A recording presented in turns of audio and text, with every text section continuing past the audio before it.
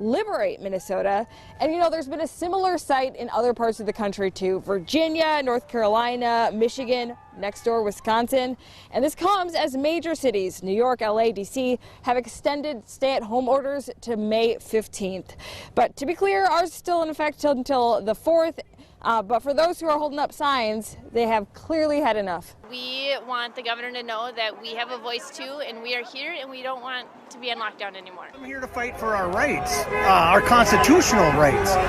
Any policies they put out or any laws that they're putting out, if they're not within the Constitution, then they're not legitimate. It's plain and simple. Why can Planned Parenthood be open and perform abortions when I have a friend that needs a heart valve and that's not essential? My wife works at the Mayo Clinic. They're laying people off and cutting salaries because they're not performing the things that are saving people's lives down there. This whole thing is so out of control and unconstitutional what this governor's doing. The suicide rates are going up.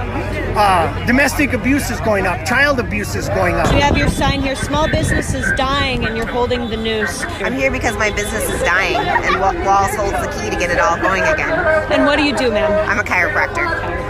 Awesome. And this has affected you personally. Have you seen a lot of other people that this has affected? All of my small business friends are affected. We're either shut down or we're down to 20%, and we can't go on the way it is right now. This will be the end of us. Well, look at that. No social distancing happening here. In fact, this group of people in Huntington Beach right now is protesting the stay-at-home orders.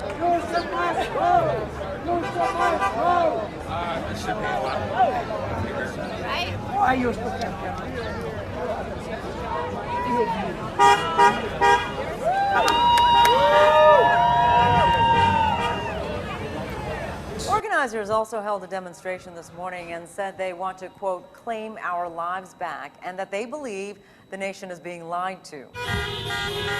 Horns honked loudly in the parking lot of this South LA McDonald's, and it was not because people wanted to order food. Several fast food workers walked off the job and formed a strike drive-through line after a third McDonald's employee in LA tested positive for coronavirus.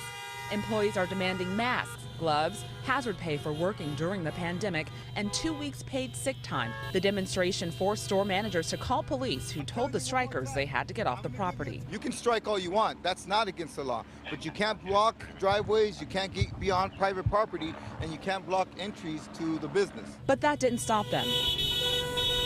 The group took their protest to a second McDonald's in Monterey Park. Workers say employees at both locations tested positive for coronavirus, and they're afraid to show up for fear their health is at risk without the proper protective gear. In Minnesota and Michigan, the newly unemployed are angry. Working is essential. It's essential to feed your family. In Virginia too, some protesters claim shutting the economy down is more painful than COVID-19 itself. We don't shut down the country every time a virus comes along and people get sick. And today they got the backing of the Commander-in-Chief, who tweeted the 3 states which are led by Democrats needed to be liberated. They seem to be very responsible people to me, but it's, they've been treated a little bit rough. It's a message that threatens to undermine the strict social distancing measures his own top health advisors say are vital to avert a catastrophe. And I would hope that people understand that that's the reason why we're doing what we're doing, and hopefully we'll put an end to this. In states grappling with growing outbreaks, politicians dismiss the president's comments as a distraction from a leader who failed to stem the virus's spread at the start. I, along with this staff, is fighting a biological war. I do not have time to involve myself in Twitter wars. This is often what Donald Trump does when he's in a tight spot. He either picks a fight or embellishes the truth. Today, he said he expected schools would soon start to reopen, but here in Washington, D.C., students won't head back to the classroom until the new school year, after the summer holidays, which are still a couple of months away.